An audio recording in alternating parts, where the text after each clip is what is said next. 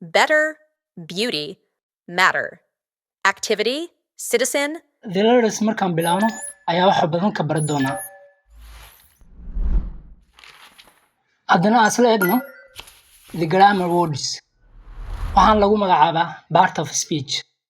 Erey kasta oo English ah wuxuu ka soo baxaa intaan group midkooda. Mid kasta shaqo gooni ayuu u xilsaaran yahay. Markii erey jumla ah la dhisayo, nidaam ayaa jiro oo iskugu xigsadaan. Waxaana jiro kuwa laazim ay tahay inay isku xigsadaan iyo kuwa isqaadanin naxwo ahaan.